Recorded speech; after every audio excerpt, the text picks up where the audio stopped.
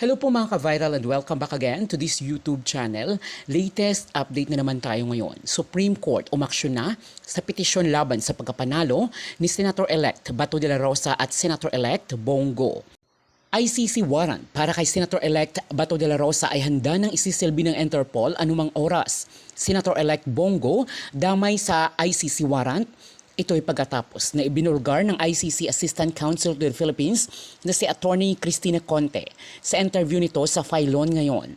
Ilan pa sa mga sisilbihan ng arrest warrant ay sina dating PNP Chief Albayalde, General Karamat, General Danao. Samantala, nakapagtataka ngayon ay kung bakit nasa Europe ngayon si Senator-elect De La Rosa. Nag-post ito ng update sa kanyang Facebook account, subalit hindi nito idinitalye ang rason ng kanyang pagtungo roon. Ayon sa balita, ay bibisitahin di umano nito ang dating Pangulo na si FPRRD sa The Netherlands na kasalukuyan pa rin na nakadetained sa ICC Detention Facility. May mga nagsasabi na maaari itong aristuhin mismo doon ng Interpol sa The Netherlands.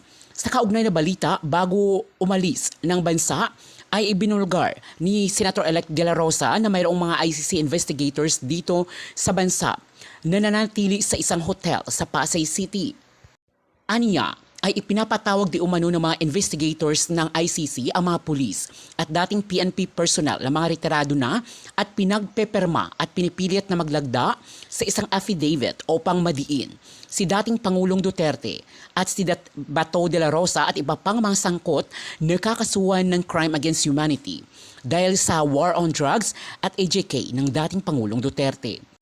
Itinuturo niyang nakipagsabuatan ang gobyerno, PNP at CIDG sa mga ICC investigators na tinawag niyang pagtataksil sa soberanya ng bansa.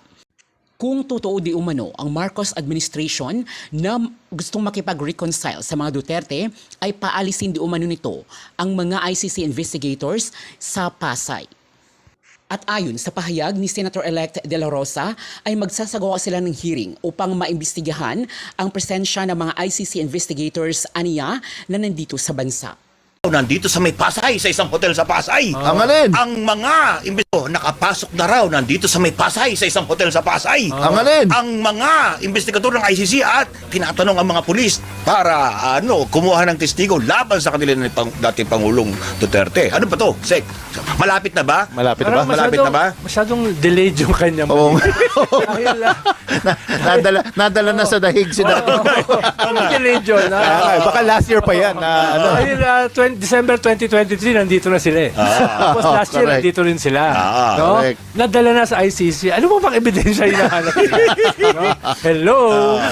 Pero may chance ba, Sek? Kasi, di ba, si Senator Bongo at sa Senator Baton, alam natin nakasama sila sa listahan, sinabi na nga ni VP Sara, di ba? Pero, eto, sila nag-top ngayon. May chance ba? O is it political, may political strategy ba na maganda na sila ay talagang madidiretso rin o ma-oblo dun sa Netherlands? Oo, dahil kung sila ang gobyerno, baka mahirapan. Yan. Dahil hindi sila ang gobyerno, may possibility.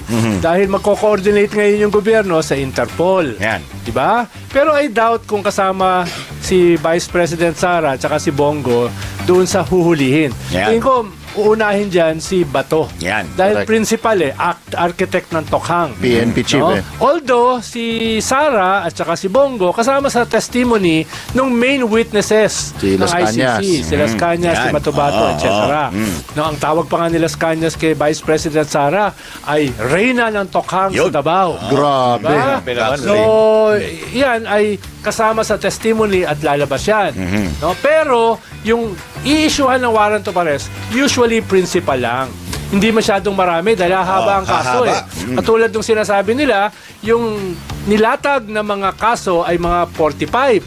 Dahil kung isasama mo yung 35,000, no? Next century na matatapos yan. Mga 2045 na yan matapos. Kukunin mo muna yung nagpapakita ng pattern Yan. ng serial killing, Yan. crimes Yun. against humanity, Yun. at malakas ng ebidensya Yan. to set the pattern. Yan. Hindi yung 35,000, tinatanong kasi ni Vice President Sara. Ba't ang konti? Ba't ang Tapos konti? sasabihin nyo, crimes against humanity. Yan. Medyo napakamot ako ron. Yan. No? May napakamot ako ron. Dahil abogada siya eh. Correct, Dapat alam correct. niya yung mga ganyang legal Yan. strategies. Senator, actually sinabi nga po ni Attorney Sal Panelo no, na ang for him to prove the sincerity of President Marcos, ipauwi daw po niya si former President Duterte. Ganun din po ba yung inyong sentiment? Tama yan, tama yan. In order to heal the very deep wounds sa mga nagmamahal kay Pangulong Duterte, ay ipapauwiin niya si Pangulong Duterte dito at the same time, paghuhulihin niya, pag-arestuhin niya yung mga ICC investigators na andito ngayon sa ating bansa, andyan sa Pasay, sa hotel sa Pasay na pilit na nag-imbestiga nitong ating mga kapulisan, no? Mga retired na pulis ay tinatakot pa na magpirma sa mga affidavit na prepared nila. Otherwise, kung yung contents ng affidavit ay pinapadiin si Pangulong Duterte at ako para daw kung hindi sila magpirma ay yung mga pulis na yun ang madidiin. Kaya the first move that the President should do is to arrest these people for interfering into our judicial processes. Wait, can you How did you confirm? get this information, Senator? Ha? Paano po dumating tong impormasyon na ito sa inyo? Yung mga pulis na pinag-imbestigahan nila, alangan naman, meron mang magsusumbong sa atin. Hindi naman tayo pwede lang i-blind dyan dahil mga pulis yan, at puso niyan, nasa atin pa rin dahil nabaro natin yan eh. Can you give us more details, Senator? Senator, ano pa pong details? Bukod sa may ilan po sila na ICC investigators na nandito, nabanggit nyo nga, nasa Pasay sila sa isang hotel. How long have they been here? Matagal na yan sila dito, pabalik-balik na yan sila. At ngayon, naghahabol sila dahil yung yung date ng last day of submission ng mga evidence doon sa ICC, parang itong katapusan ng buwan ang nila, yung last day of submission of evidence. Kaya nirarally nila, tinatakot nila yung pati yung mga retired na mga pulis na kawawa na nahimik na sa kanilang buhay.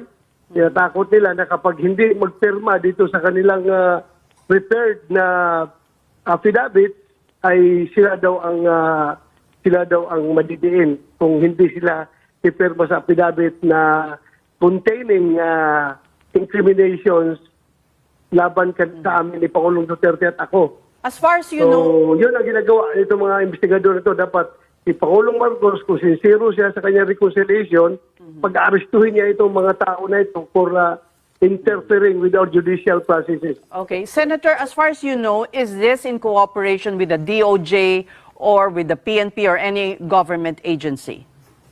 PNP, particularly sa IDG. Okay. At merong mga tao ang Malacanang na nagpapasilitate nito. Hindi ba yung magtapang-tapangan pupunta dito kung hindi pinapasilitate ng mga nasa gobyerno? Sinong tao sa Malacanang po? Pangalanan nyo na. Malaman natin yan kapag magkanda kami ng hearing at papanagutin natin itong mga tao na involved dito na mga taksil sa ating soberenya. And base sa intelligence nyo, Senator, is this to do with the case of Tatay Digong or sa kaso nyo po? Kasi yun naman po yung lagi nababanggit rin, no, na sunod na daw po kayo, etc. etc. Kaso ni Pangulong Duterte at ako sa akin. Okay. At Kayong dalawa lang. pilit pa lang dinadamay si Senator Bongo at si Vice President Inday Sara. Kasi kung hindi nila makuha si Vice President dito sa impeachment dahil alam nila kulang sila ng numbers, they will resort to ICC.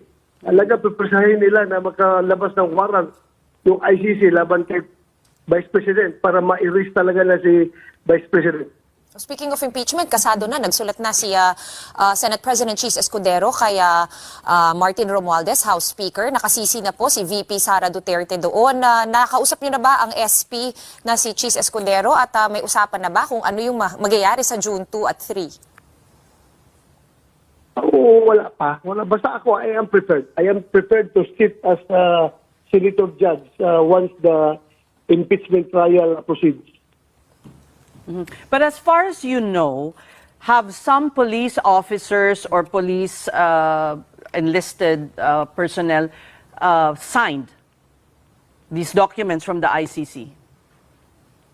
Yung iba natakot dahil without the presence of their lawyers, wala silang mga lawyer, natakot sila doon, di nagpirma yung iba. Yung iba naman ay yung medyo matigas, ayaw pumirma. At yun nga, nagsumbong sa akin na gano'n daw pinagagawa sa kanila. Are you doing something about it, Senator? Ha? Kung meron ng ganung coercion, no? Na coercion ng pagpipirma na nagyayari, meron ba kayong ginagawa or kinakausap para ma-stop ito? I will file a resolution para magkakaroon ng hearing. Okay. Sa So Senate kung hindi po? talaga sila hinto, I will call on the armed forces of the Philippines to stop this interference into our sovereignty. All right, with that, we thank you for joining us in the big story, Senator Bato de la Rosa. Senator Bato at Senator Bongo sa usapin na ito na nabanggit po daw ninyo, ma'am, na hindi malayo na magkaroon na po ng arrest warrant unang-una kay Senator Bato. Oo. Tama, ililinaw ko yun. Ako, mas kampante ako na talagang si Senator Bato ay may role at co-conspirator dito sa kaso ni Duterte. Ang clarification ko lang kay Bongo, because I do not have the evidence against him, ano ang role niya or gaano siya mapagpasya. Kasi kung nautusan lang siyang magbigay ng bayad, parang utusan lang siya. Pero kung siya rin yung sinabihan na, o ikaw na bahala kung magkanong ibibigay. Kung meron siyang role dun, kumbaga nag-isip kung papaano i-partition yung pera. Pag namatay, mag 20 mil. Pag hindi namatay or huli lang, ganito ba? So, depende sa kanyang role na gano'n.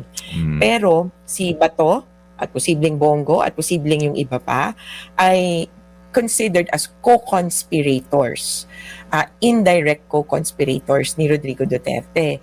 At si Bato de la Rosa, malamang sa malamang ay lapit ng makitaan na siya ay isa sa mga most responsible. Tayo nga, day one pa lang, alam na natin na isa yan sa pinaka-responsable. Siya yung pumirma ng Tokhang Memorandum. Pirma niya yung nakalagay doon. Biktima. Hindi maitatanggi dito ngayon, meron ng usaping politikal, di ba? Meron ng consideration na pag-uusapan dito sa usapin po ng politika. Ano po ang inyong kaisipan dito at ano ang inyong mensahe po sa lahat dito po sa desisyon na haharapin ng gobyerno Marcos kung sakasakali po na maglabas na nga po ng arrest warrant laban kay Senator Bato de la Rosa? Well, kung sa usapin ng politika, ang lalabas dyan Marcos versus Duterte. Para sa amin, sana hindi nila makita yun na simpleng ganon. Ito ay kaso ng taong bayan laban kay Rodrigo Duterte and eventually, kung sakali, Bato de la Rosa. Tapos yung character of the crime, crimes against humanity, krimen laban sa katauhan. Bilang tao, kahit saan, ganun ang konsepto nito, kahit saan, pwedeng maparusahan yung ganitong klaseng tao. Kaya sana hindi naman i-discount na politically, pangit din na coddler or enabler ng ganitong klaseng mga krimen ang isang gobyerno. Kaya yun yung kailangang isipin din ng Marcos government. Kung ang tingin ba nila ay gusto ba nilang simple maging popular o ako hindi naman ako nagdi-discount nung sympathy. Kasi totoo naman, maski ako nga, sabi ko nga, nakakaawa din naman yung matanda. Pero usapin ito ng bakit siya lang ba ang deserve na kaawaan. Ang daming mamamayan na nag-suffer under the war on drugs and now under the Marcos administration continue to suffer under socio-economic issues and pressures. Kaya ang hirap kung mami-misplace itong kaawaan na ito. Kaya ultimo, yung mga iba po dyan, ang iniisip ko lang sana kaawaan din natin yung ating mga sarili na yung long-term effects and impact nito, yung kakalimutan na lang ba natin yung mga nangyaring krimen dahil lang, kumbaga, nanalo sa eleksyon, which is not a measure. Yung pa'y nakakalungkot. Kung awa lang din pala, di ibig sabihin ba nun, hindi natin pinagkakatiwalaan itong mga taong ito na magsisilbi bilang senador ng tama. mas komportable ako kung binoto sana natin dahil alam ko yung track record at alam kong pagsisilbihan tayo at gagawa ng tamang batas. Hindi yung, dahil bibigyan kami niya ng ayuda or dahil ganun. Kaya, maawa din tayo sa sarili natin kung misplaced ang ating sympathies at hindi natin naiintindihan ng mga proseso. Senator, may balita ba kayo kung kailan lalabas yung iba pang mga warrant? Para sa marami naman tayo nabanggit ng personality, yung first four lang, apart from former President Duterte. Halimbawa kay Senator Bato de la Rosa, kay Oscar Albayalde. May balita ba kayo kung kailan kaya yon? Kasi puro mukhang secret tong yung under the new scheme na ginagamit nila. Sinisikreto, hindi ginagawang confidential yung yung mga pag-arrest, yung mga pag-issue ng order. Okay, ito po, itatapatin ko po kayo, wala na po tayong nakikitang iba pang warrant na lalabas except for Bato de la Rosa, pero mga ano pa yan, several months down the road pa yon. Oh. Yung iba pong mga akusado, lilitisin na lang dito sa atin using yung RA 9851, yung the law that defined yung Yes. offense against humanity, genocide, and others. Why is it gonna take that much longer, Senator? Kasi last year when we spoke to you, sabi mo dapat ito yung 5 personalities. Yung iba pala is former CIDG Chief Romeo Karamat Jr. and former PNP Chief Edilberto Leonardo and also Eleazar Mata. Ito yung 5 names na binigay mo na last year na sabi mo dapat yung warrant should cover all 5 personalities. Ano pong nangyari at na-split and bakit mas matagal pa yung iba? Dagdag sa tanong ni Reg, Senator, may possibility ba na itong bahagi nitong 5 ay tetestigo laban sa principal na si Digong or si Bato? So yun po, no, without compromising the identities. Kaya po, yung nawala na, combination po ito na yung iba magtestigo na lang laban kay Duterte or lilitisin na lang po dito using RA 9851. Kaya yan po. At marami rin po tayong makakalap na ebidensya na galing din po sa ICC para malitis po yung mga mas mababa ang rango. Senator, yung decision na yan ba, na-influensyahan ba yan ng findings ng Quadcom? Kasi yung tatlong iba pa, apart from Digong and Senator Bato, mga nabanggit lahat yan doon sa during the investigation by the Quadcom on the drug war. Na-influensyahan ba yun? Most likely po, most likely.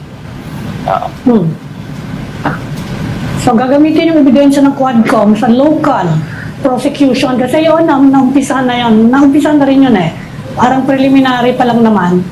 Pero hindi pa nga pinapile yung kaso, so pwede pang sabihin na pwede pa magka-jurisdiction ng korte, ng ICC. Pero in the meantime, sabi nyo nga, dito na lang sa local.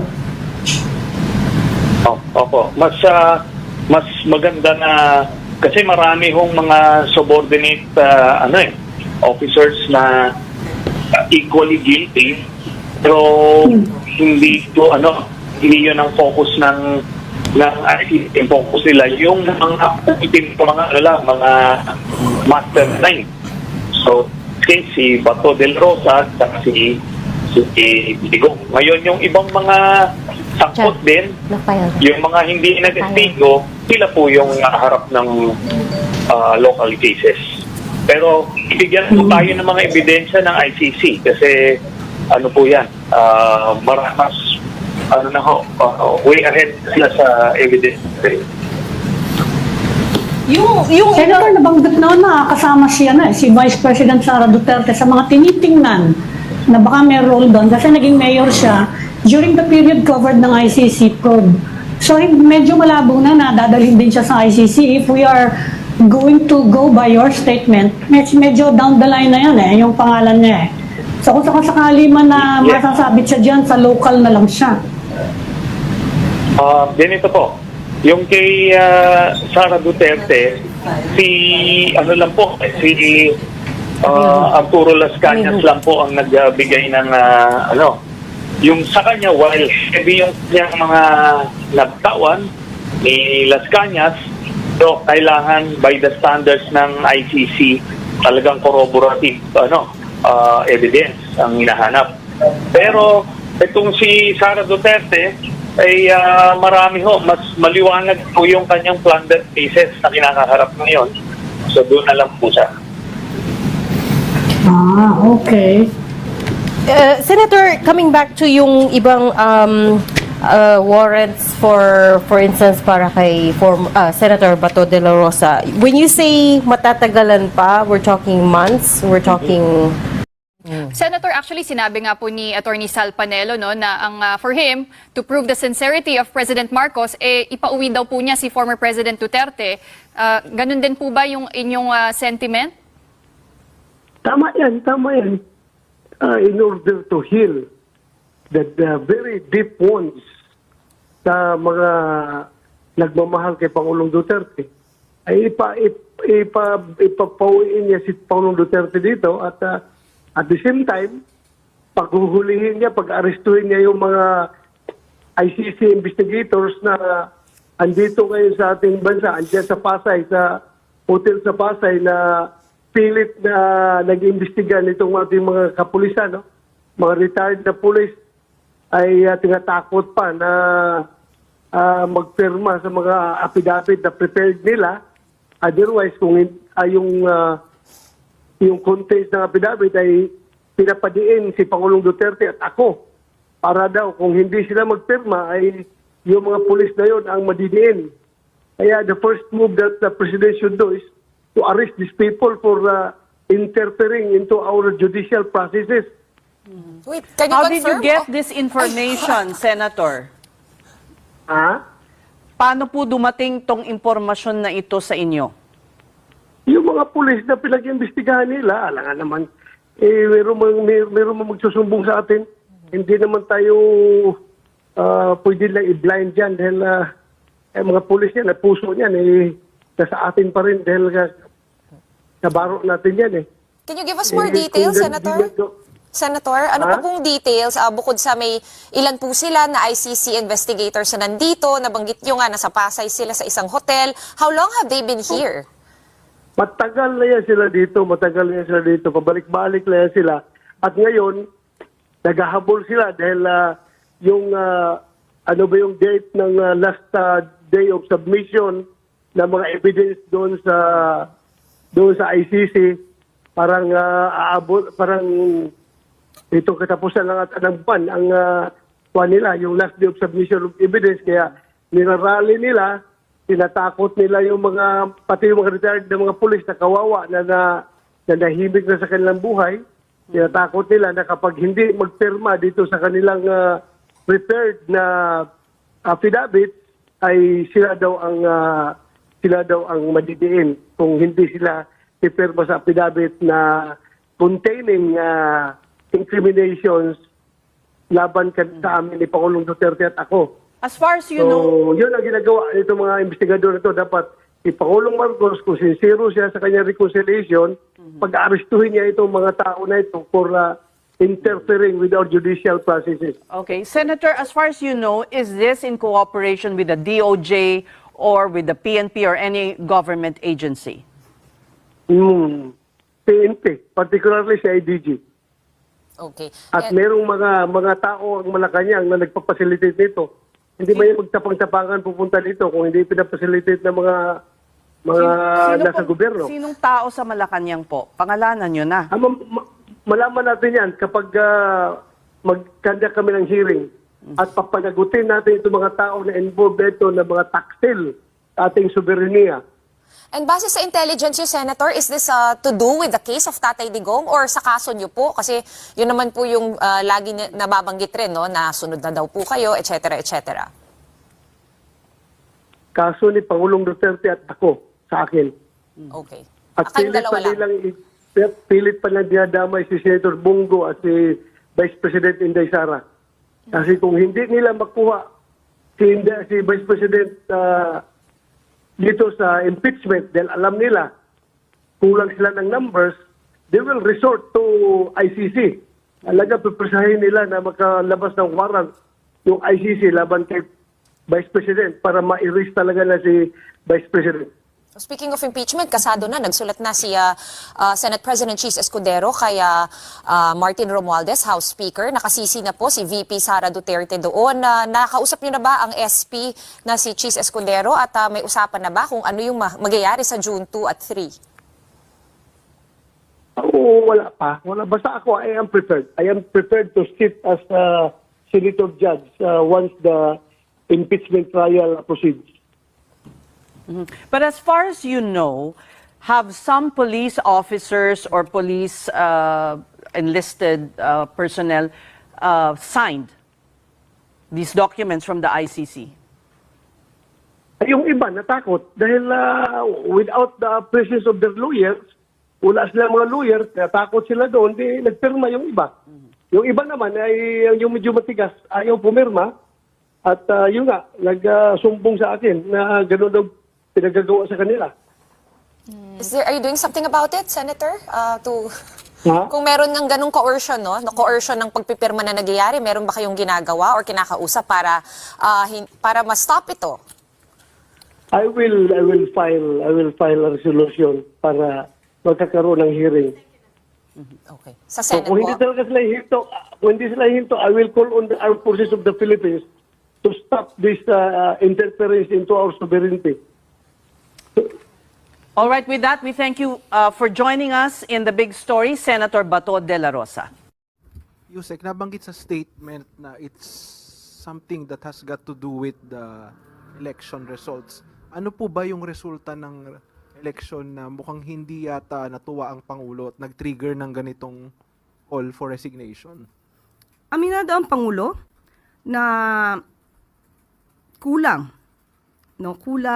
sa kanyang paningin, nakulangan siguro ang taong bayan sa naging performance ng gobyerno, kaya hindi nila nakuha yung pinaka-target na numero